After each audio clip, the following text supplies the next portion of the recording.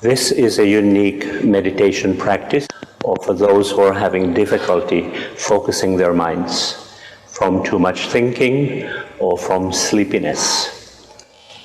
And it goes like this.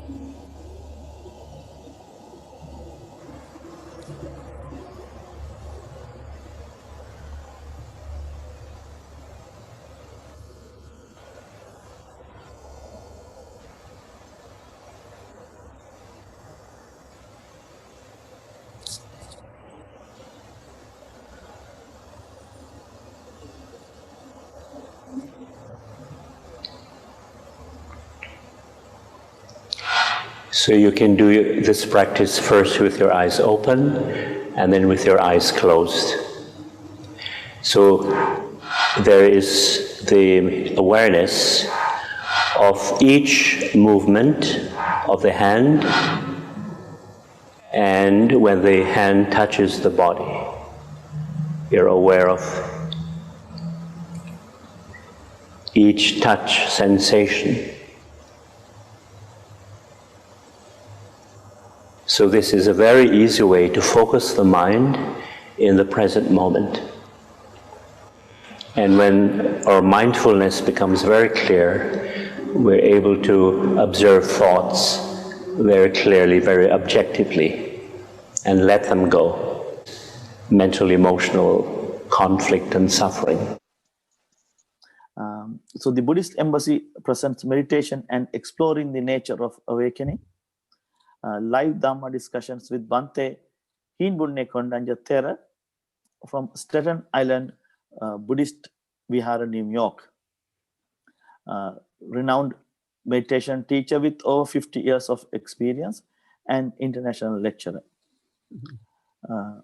International online Buddhist temple project that we are now experiencing. It is very easily and quickly we can access for the Dharma services by all devotees throughout the world via smartphones, mobile devices, and use these services free of charge to everyone as well as the temples. And this will help support and development of the temples and meditation centers. We also have invited Bhante Kovida and Bhante Kondañña from New York on the December 11th, 8 p.m. to... I think all of us who are here is actually they are practitioners of meditation, I believe. That's why you are student of Bhante Kovida. So we may be, all of us may be very familiar with the meditation. But sometimes maybe we have different styles or different techniques you are using. Still okay. I think none is wrong. I cannot say anything is wrong. So therefore, let's, as usual, the way you do, let's practice breathing meditation. Breath is our lifeline. So that should be the reason why Buddha used it. That's non-denominational, object to use. It's really good, object for us to practice, use in our meditation. So therefore, simply focusing on your breath as the way you used to do it. Let's spend few minutes using our breath, practicing meditation. So this is the technique that Buddha used to keep his mind here and now. So therefore, we also can use it, our own breath, not somebody else's breath. So when we mindfully we breathe in, mindfully breathe out.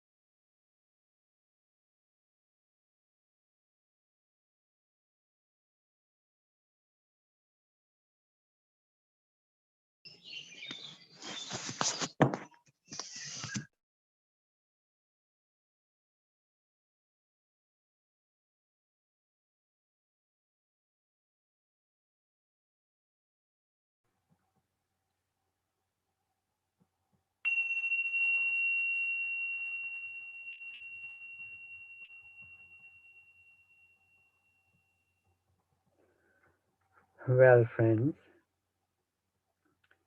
I think for some reason, Bhante Kovida is not be able to join with you today. So Mr. Leelathan asked me if I could. Yes, I'm always ready to join with sessions. So therefore, I managed to come and join with you. So he was mentioning that exploring awakening. Definitely there must be something Bhante Kovida had is in mind to talk about. Yet, let's see how. So you have been his student for, I believe, some time. And so you may know his line of thinking. Yet, what we have to explore it awakening, when we regard to awakening, how did Buddha awaken? What Dhamma has he taught to us? Find our own awakening or find our own liberation. We are all conditioned beings who are living in this world from the day one up to now in our lives. Every day, and we have been conditioned to certain things, to believe our belief system, our thoughts, all depending on what we have learned, initially from our parents, then from our teachers, then from our society, and from our own explorations, our readings and things. So we always, from those things, we always condition. So that's how we have living up to now. So what Buddha explored it by himself. We know in this life, he come to this world as a royal prince. He was born into the royal family. And as any other child, he also did spend his time. There may be slight differences because he was in the royal lifestyle. But he had to learn as we do nowadays. He did study home tutoring like style. And however, even though because his father wanted him to be the successful, strong, powerful king of the nation at the time, that's what his father's expectation was. So for that, I'm sure, without training for that, he won't be able to be a good, powerful king. So therefore, he had that training. However, we know that he was not satisfied. He had something unsatisfied in his life. So we know that his first shock that he experienced was seeing the elderly person. Second shock was seeing the sick person. Third was the death. So his father kept those signs away from his vicinity. However, he happened to experience them, and those experiences shocked him, and started thinking about life. If this is the life, if we all are getting sick, old age, if we are passing through old age, sickness and death, what is the meaning of this? There should be a way out of this. This is what he was thinking. Then he experienced seeing an ascetic. That inspired him. And then he left. He decided to leave. He got the idea. So I should explore it by myself. As a truth seeker, we all know that he spent 6 years in the forest experimenting with such many different teachers. At the time, we know that there were 62 religious views according to his own, teaching sutras, that we find 62 traditions were there at the time. Out of them, there were 6 major teachers. So he experimented, but he was not happy. He couldn't find what he was looking for, what he was searching for. Then what did he do? Then he went back to his own method. I don't know if you have read, if you are following the sutras or traditional, scriptures. If any of you like to read it, maybe one of the good discourse to find about this piece, what I'm talking about is Noble Quest. The discourse is called Noble Quest. So that comes in middle length saying as a text-wise. If you look for it in the Tripitaka, there's Sutta Pitaka discourses, and there are according to length of those things. First discourse, the category is called long length saying, Digha Nikaya, or Dirgha Agama in Mahayana tradition, and Majjhima Nikaya, or middle length saying. The particular topic that I mentioned to you, Noble Quest, is in middle length saying. It's a beautiful discourse, and there he was, his struggle, his search, his exploring, his stories there.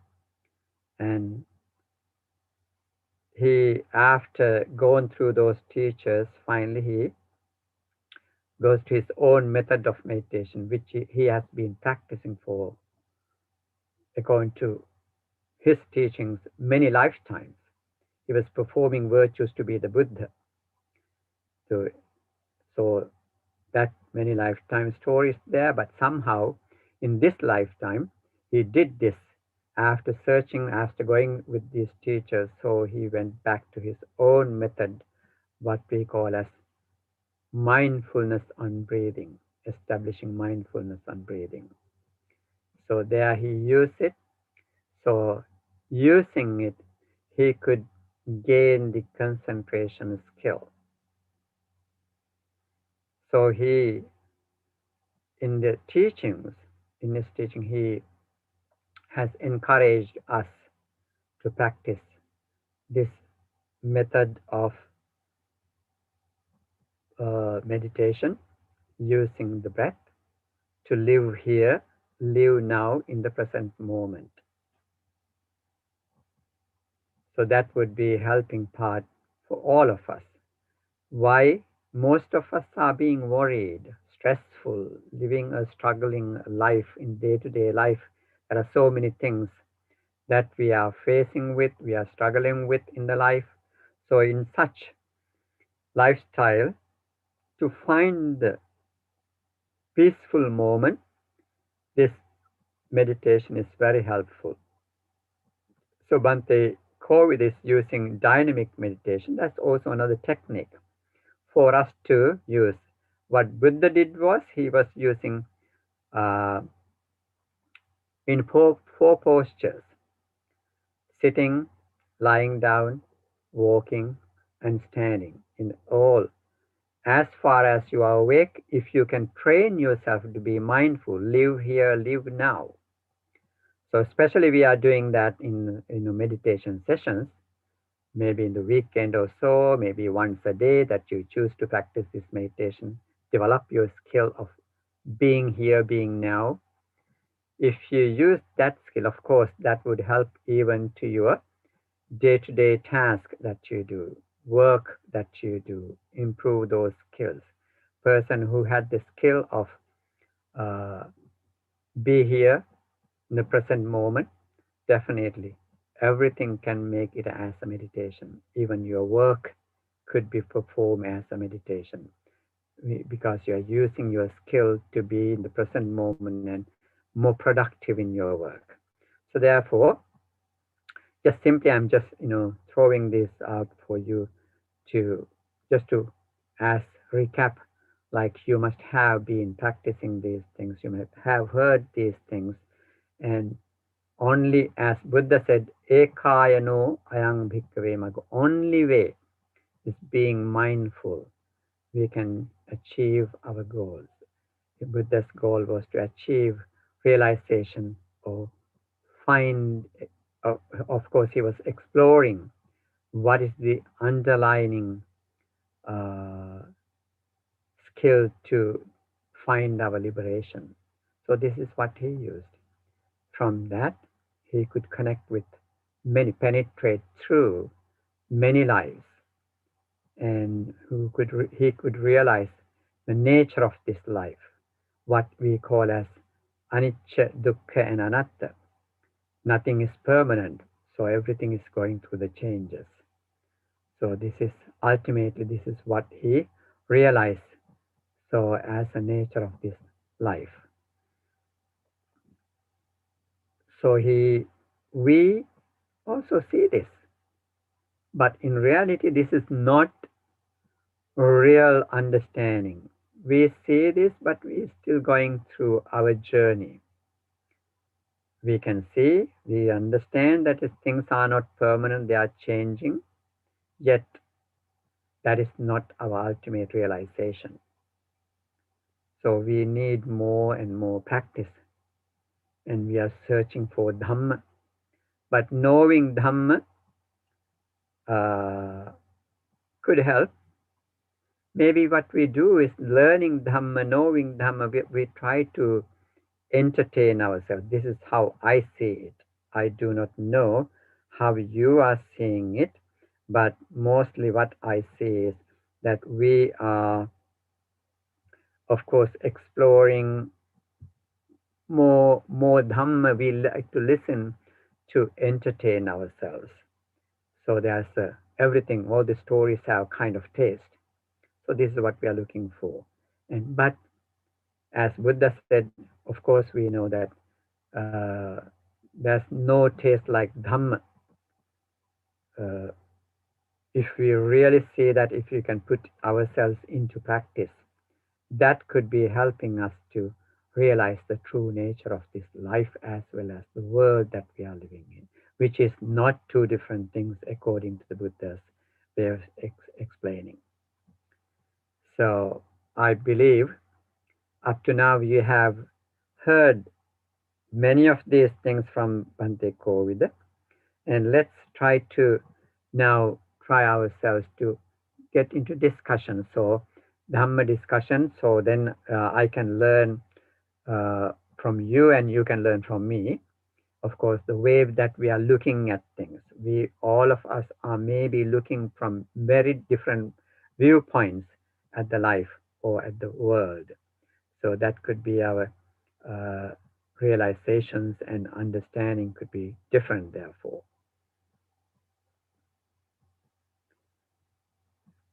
So you can share your thoughts and then we can, go with the Dhamma discussion. I do not know for how long we have this session today, this evening. We have until 9 p.m. So we have a good 25 minutes or so.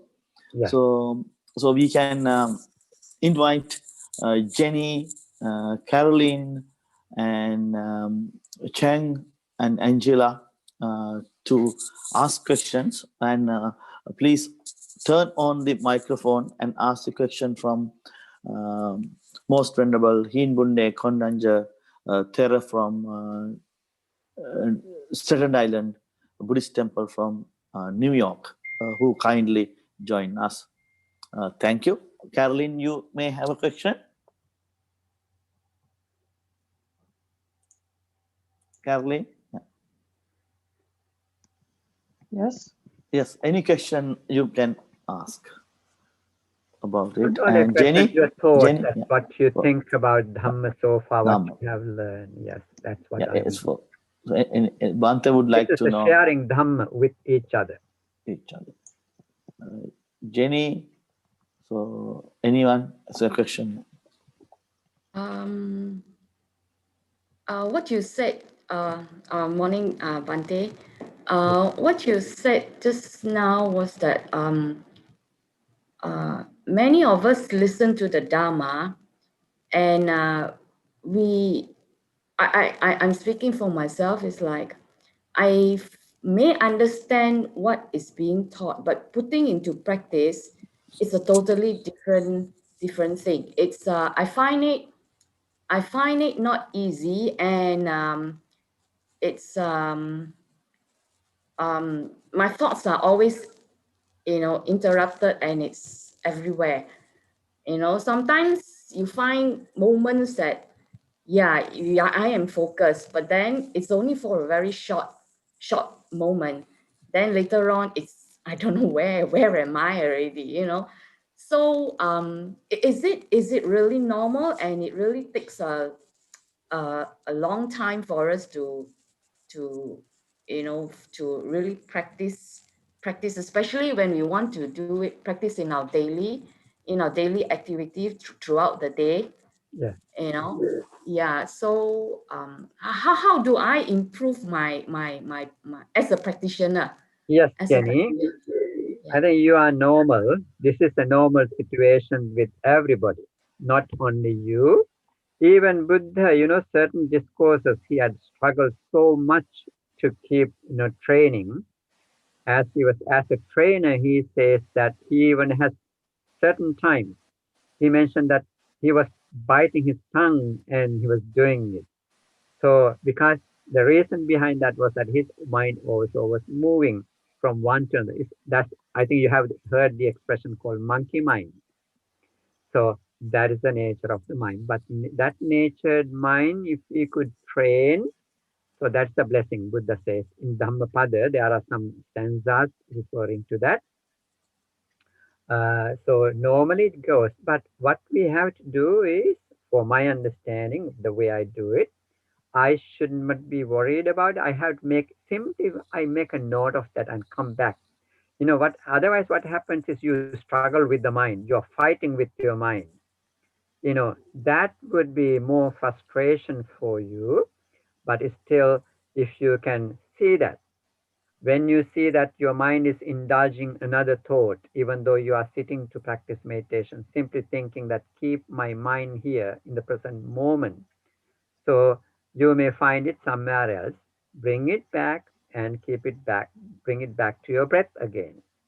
So, but this way, if we go back and forth, without getting angry with that and thinking that I would not be able to do this, this is not the way, that is your expectation. You are expecting it to be perfectly be here all the time. No, that wouldn't happen.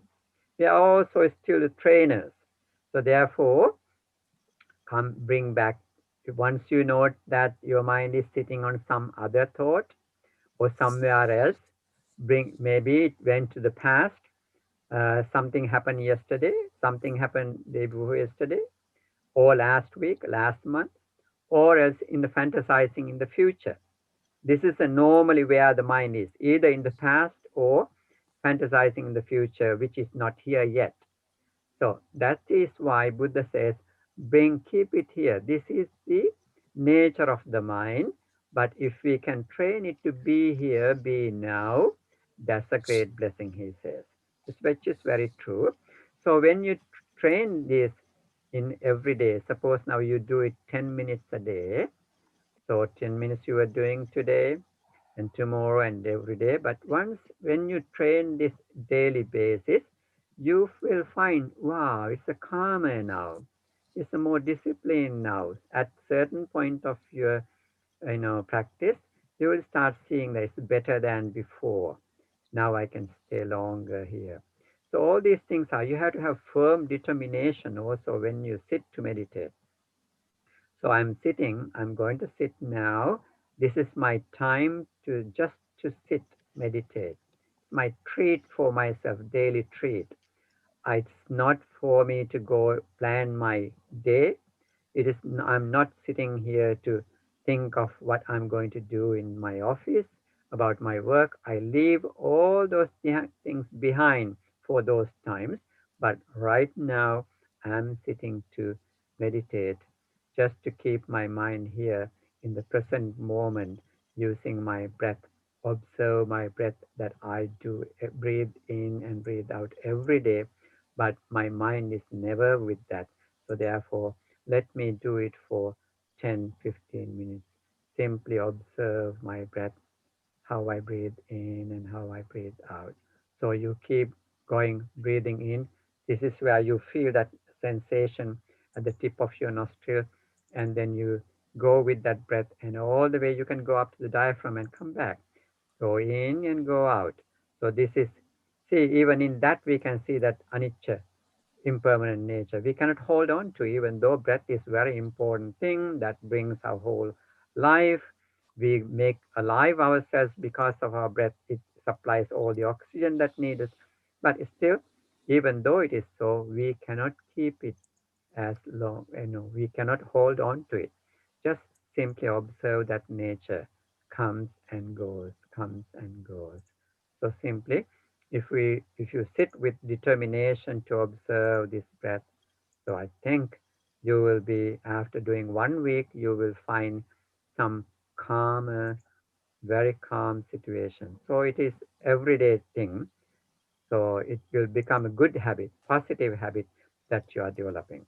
So I think so you really have to have great determination to do this, like Buddha did. So Buddha, when he sat on the seat under the Bodhi tree, what he thought was, even though my flesh and blood dried up, I would never get up from this seat, having such great determination. Because after that's the end of his training, self-training, what he has gone through for a long time. So finally, he could break through it. So I think, according to the story, in the first watch of the night, he could penetrate through many lives, his own he could see through. So that's how he started. I think Jenny understand what am I trying to tell you, right? So you could start with 5 minutes. Yes. So if you like, you may be, kind of, you will be enjoying that peaceful. Then you don't have to push yourself. You may be wanting more, longer to sit. So that automatically takes place. But if it is irritating, then definitely you are not going to sit there. You will be walk away from that. Okay, not today, is little bit of hurry. Why this irritant mind comes is because depending on how you had your day, throughout the day, that your mind is filled with those data, information, what you collected from your office. So, but what we have to learn is, let's leave behind the office and office work. So this time, what you're sitting is just to observe the breath, nothing else. No, not to plan for tomorrow, not to think of, reflect on the things what you did right, or you did not do right, and fixing those things. That is not the purpose of your sitting. You leave everything behind. Right now, I'm sitting here just simply to observe my breath, watch my breath. So with that determination, so you can ask dynamic meditation, that helps you with that too. And or else you can, as you're breathing in and out, you can count your breath. So all these things could be helping you. So explore them. This is what exploration means. We have to do it and see it ourselves, our own experiences. It's not, as you said, as Jenny mentioned, it's not easy as we say, but without training, it would not. If we just give up one day, we do it, wow, it's not going to work for me. So if you just give up and go away, you will never be able to do that. But we have to have patience. We have to have compassion towards ourselves and to practice this. This is possible thing. Buddha mentioned that. Monks, I'm asking you to do this because you can do it. If you cannot do it, I would never ask you to do it. So he says that. He encourages us. Like a father encouraging a child to do studies or things nicely, compassionately sharing. So same thing he does with, Buddha does with us, with his teachings. He very compassionately he mentioned these things to us. Thank you, Bhante. So for the explanation, is Angela or Lim or anyone has a question, please turn on the microphone and please ask the question. Jenny, Caroline, Not anyone? not necessarily a question. You can, what, share your experiences. So we can sharing. So we can, we can share ours. Then we can put it together and we can practice. So all these things are helping in our practice, in your practice. Something that helps me, Carolyn here. Yeah. On the in-breath, I think of breathing in light. Right.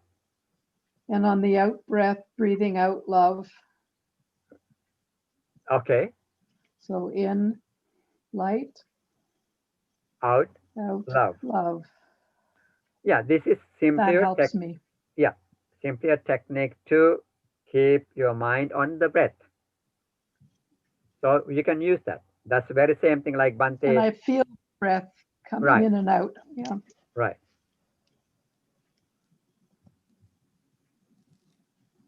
That could be very helpful. We all find our own techniques. Buddha was silently meditating. He encouraged monks.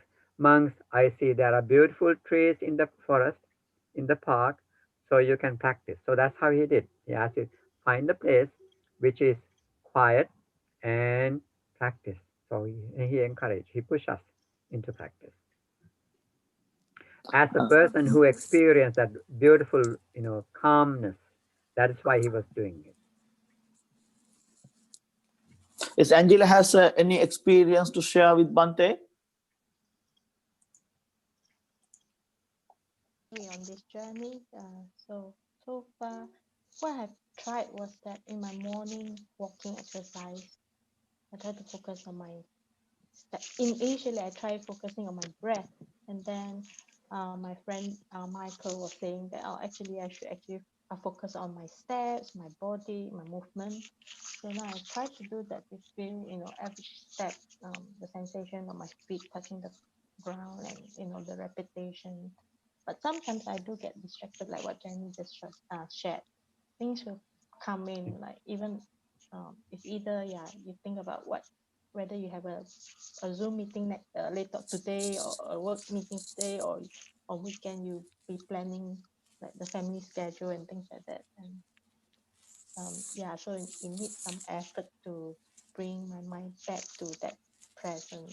So I do have the same problem, like so because I guess I'm still new in the journey, I need more practice.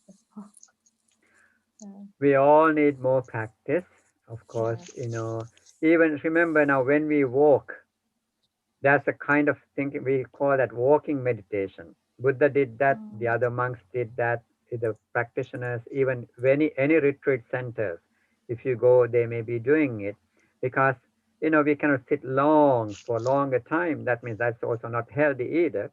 So therefore we also can keep walking.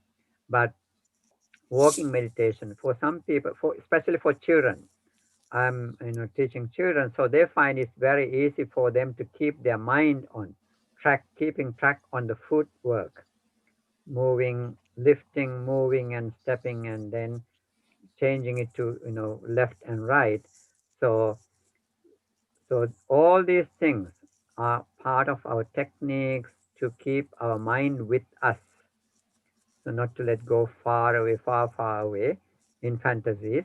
But what you have to have, that Angela, what you mentioned was that you are still planning when you go to sit on the cushion, you are still planning your daily work. No, you have to block the work. When we sit, when we go to practice meditation, keep thinking that, so I'm going to practice my meditation, not to plan. My planning time is different. So this time is going to be my silent treat for myself, for peace that I can earn from observing the breath. Because peace, see, when we breathe in and breathe out, definitely that negative emotions, negative, feelings could be go away from that, because we are not here to think and build up all these tensions. So therefore, breathe in, take a deep breath, and let it out slowly. And we are watching. As you keep doing this, so you will come to a rhythm, what we call as long breaths, short breaths, and medium breaths. So observe that. So you can see that long breath and as a long breath, and short breath as a short one, and medium breath as a medium one. So observing that, we will be just focusing on the breath. So it's hard work, need little training, that would be very helpful. So to be productive in your daily work is really going to be helpful for you, because as you get the hang of it, so there's really be tremendous power in that, our breath and our mind. Our mind has so much of power, but slowly we are not to show off to the world, but we are doing this and for our own wellness, for our own, uh, physical as well as mental wellness. So for that, we will be stopping all this planning and thinking, but when we go to practice meditation, we simply observe that breath goes in and out. That way your mind will be here sitting with you, not flying away around the world. So therefore, that could be a great blessing, as Buddha said. Buddha says this, and mind can move around the world. Actually, what is happening is not is moving around, it is collecting. We are using our five senses. These five senses we are always collecting data, and then we letting it out within this. So we create the world within this, and then we can see it's far away. You may be being here, you may be going to Europe, you may be you're traveling to Far East. What you have seen, you have collected so many pictures, so many images. Keeping those millions of images in your mind, you retrieve them and go and see what you have experienced before, what you have, places that you have visited. And those are the things we are enjoying. But right now, when we do practice of meditation, simply think, I'm not going to do any of those things. I'm simply keep my mind with my breath, and I observe the way that it's cooling. It cools off my whole system as we breathe in and breathe out. Out breath would be very warmer, and if you are very tense moment, if that is how it happens.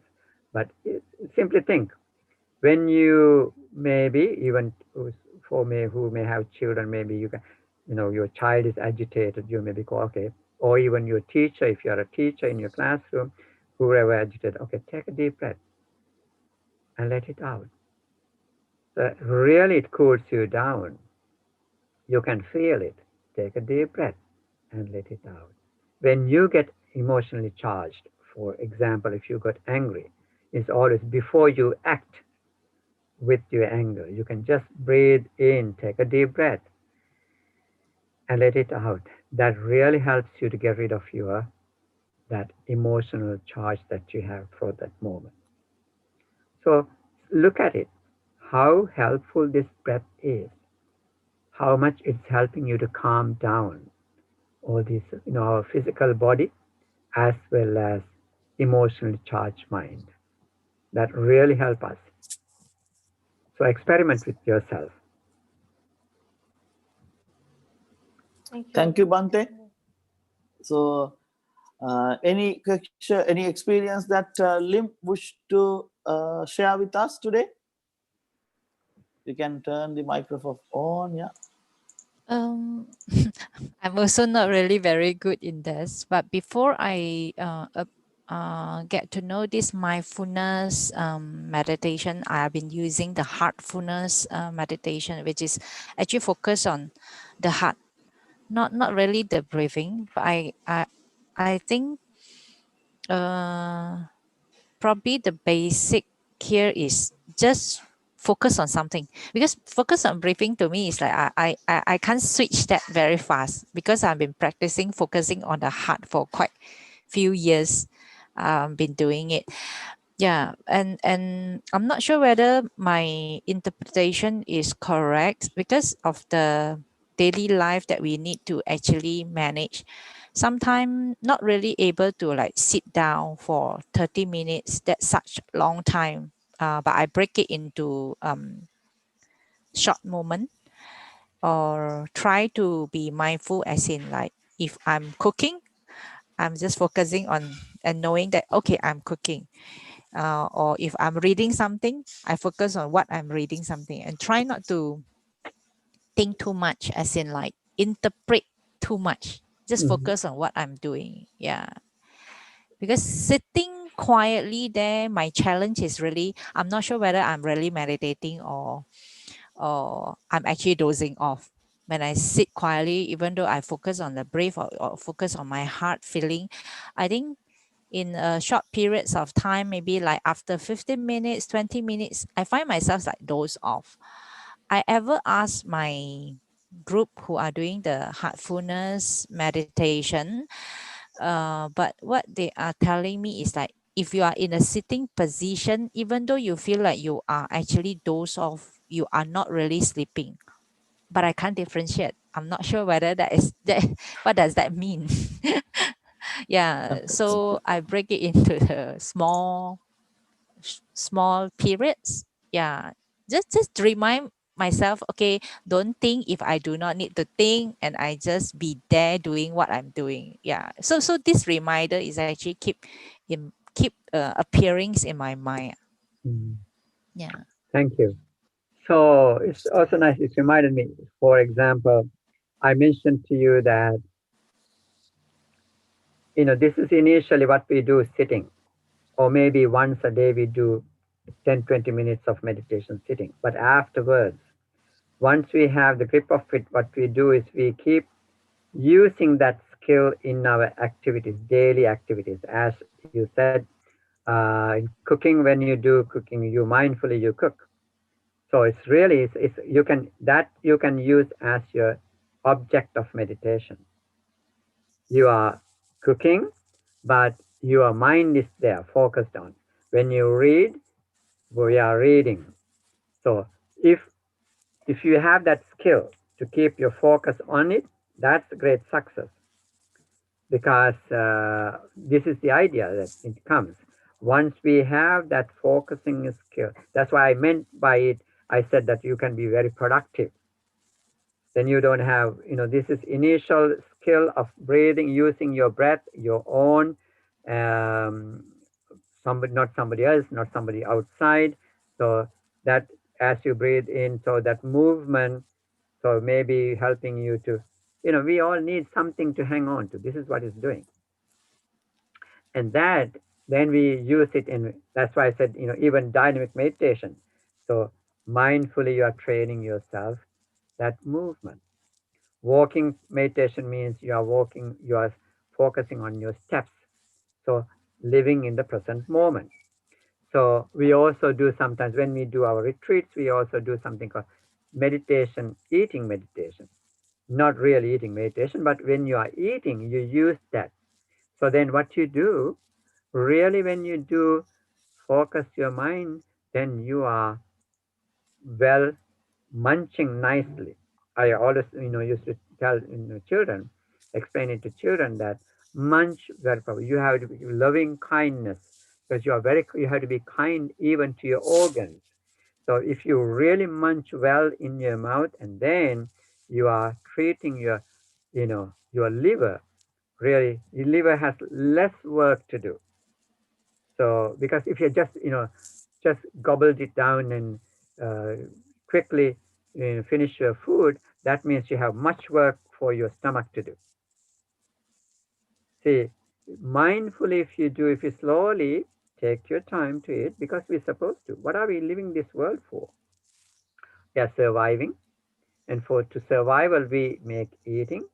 But in the time of that you are eating, what you do is either you are watching TV or you may be reading something. These are too many, multitasking. Many people have develop habits of multitasking. And I don't know how healthy it is, but somehow, either when you are watching TV while you are eating, what are we doing? Are you eating or are you watching? Which is?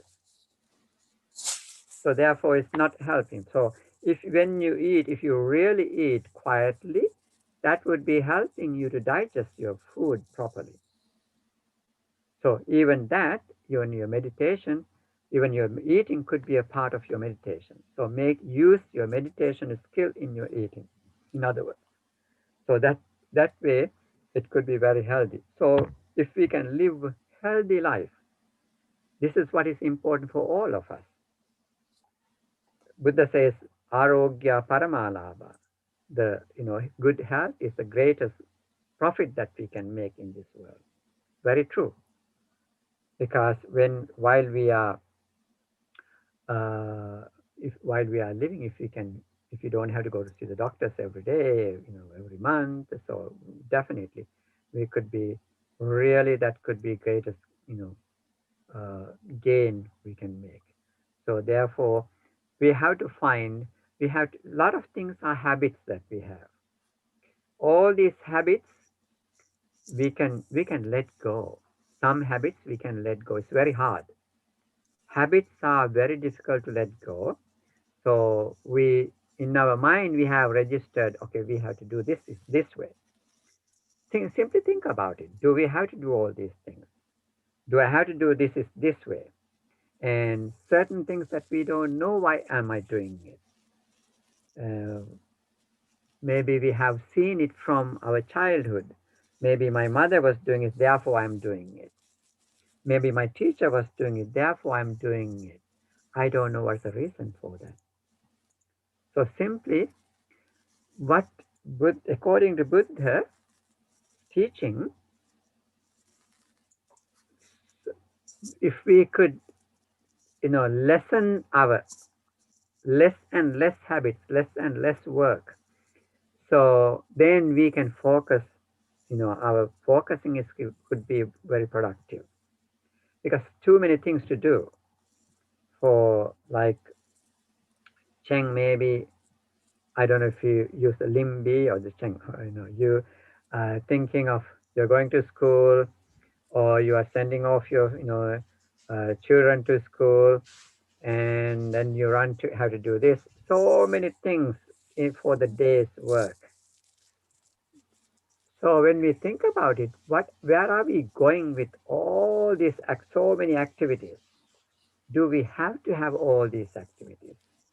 So likewise, you can just analyze your day-to-day, daily, presentations that you have, and then, so what does all this means to my daily life? So you can start thinking about it. So important things we do and non-important things we can leave behind. And so why are we, doing all these activities? For what purpose? So there are a lot of things to ask questions in ourselves. Of course, as a young ladies, you may be having so many things in your life, so many things you want to do, so many things you want to accomplish. So, but as we grow up, little by little, day by day, our attitude could change. All these things are to do with our attitudes, how we, perceive things, perceive the world around us. So therefore, mindfulness is Dhamma is in that sense. Dhamma we learn to, change all these attitudes that we have. Yeah, this is precisely my struggle, or I haven't got an answer. Actually, a few years ago when I started this meditation, the main purpose is really because I find that I just wanted to be more, to have a higher EQ. how to actually face the life with a more composed manner, especially when coaching the kids. I understand what you mean. Like, for example, we just have a lot of things to do, but too bad we are already into that position. For example, we are already resuming the work, we are already bearing the kids, we are in the process of bringing up the kids. So all these are the things that is no longer a choice, as in we are already into that role. So we will just have to, like, go through this journey. But how to go through this journey in a more composed manner and accepting, rather than changing it or have that desire. Of course, that desire is still very strong. Like, for example, when you see your kids not doing the right thing, yeah, you hope, you wanted to coach them, you want to tell them, okay, this is not right, you have to do this, that desire is still always there. So learning meditation, actually, I'm just hoping, how can it be more composed watching it? And even if I were to try to change or comment something, can I be like taking a pause and think about how to say it, or how much I have to say, how long I have to say, yeah, that So, mindfulness. Yeah. right, right. Yes, this is very important that you are thinking about this. Uh, when you're especially dealing with kids or dealing with other people, dealing with friends, I think our communication, so then, communication skill come into play very important role in that, because how we manage our tone, your voice, and how you present it to your child, maybe really, and you have to spend a little bit of, that's why we always, teach uh, meditation on your breath as well as meditation on loving kindness. So with that, we can manage your emotions. When you are practicing loving kindness, that helps you to watch your anger, watch your thoughts, emotions, that heightening emotions. So if you are the person who is really practicing it, then now you have a skill to control it. Controlling, you get your child to sit, come, let's say, Tony, John. So you may find a day that you can really, I'm going to talk to them nicely, lovingly, caringly. You talk to the child and say, what do you think about? I found this meditation. There's something called metta meditation, loving kindness meditation. I think that would be helpful for you to keep your, developing your, doing your nice home, finishing your work, finishing your studies nicely. So would you like to do it with me one day? Maybe you can suggest that. That way we can handle slowly, slowly. Children, they are children, they don't know. So therefore, let's try it together. If they cannot do that, maybe you can get, maybe sitting is not a good thing for them, perhaps. Then you can use your movement, like dynamic meditation could be something nice for them. You can get them to do that. So if you do this, you will be able to do your nice, sometimes I think some children, they want to learn. Some children, they are not interested in learning. They may be doing some mechanical work. Personalities are very different. So whatever it is, if you can present it to them, that if you can be very successfully do things that you are doing if you use this meditation. So maybe you have to figure it out one day how to present it to your child, and that would be really helpful for them. There are kids who really get it and they want to keep doing it. They fall in love with some kids. They fall in love with meditation. Some kids, they find that walking meditation is better than sitting for them. So let them pick whatever they want. Either way, what they do is all these things are walking meditation or dynamic meditation, means those are techniques to keep your mind in the action. So seeing it, you can see better, calmer, peaceful child. So of course, I know that as whoever have children, you have to help with their homework and things. You have to take care of their meal every day. All these things, so many work for you. So you are the one to manage these works and how to deal with the daily tasks, and at the same time find time to meditate. So this may be a harder thing. Yet, if you think, don't let your mind worry about this. It's another stressful situation. So simply think of, consult yourself, and then you organize. I'm going to this way to do this.